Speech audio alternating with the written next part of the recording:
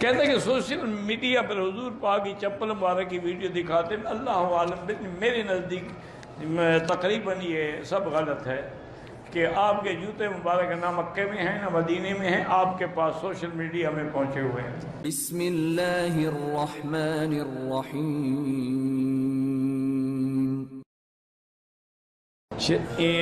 شریعت کے مطابق ہم وفات سے پہلے اپنی جائیداد بچوں کے نام کر سکتے ہیں، کر سکتے ہیں، کیوں نہیں کر سکتے؟ جب مرنے کے بعد دینی ہے زندگی میں بھی کر سکتے ہیں۔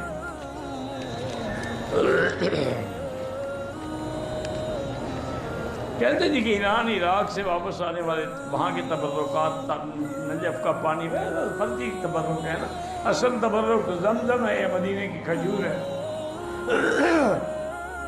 وہ تو ویسے بھی فرضی تبرک ہیں۔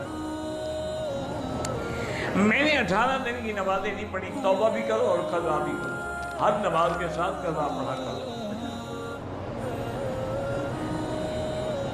میری بہن کی پچھتے میں کنکری، اللہ شفا عطا فرمائے۔ ہم سب مرد خواتین نمازی ہیں، لیکن ہماری خواتین آپس میں زیادہ لڑائی جھگڑا کرتے ہیں تو شیطان لڑاتا ہے۔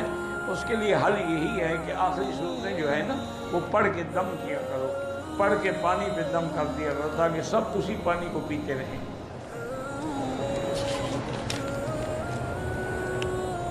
عمرے کے بعد تو کوئی سند توبہ نہیں ہوتی، عمرہ خود انشاءاللہ ہماری توبہ کا ذریعہ ہے۔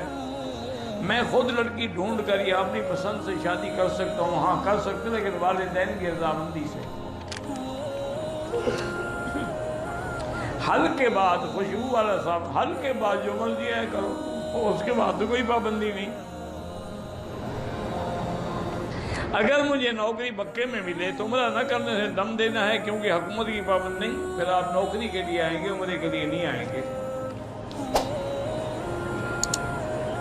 کہتے کہ سوشل میڈیا پر حضور پاک کی چپل مبارک کی ویڈیو دکھاتے ہیں، اللہ عالم میرے نزدیک تقریباً یہ سب غلط ہے کہ آپ کے جوتے مبارک نہ مکے میں ہیں نہ مدینے میں ہیں، آپ کے پاس سوشل میڈیا میں پہنچے ہوئے ہیں۔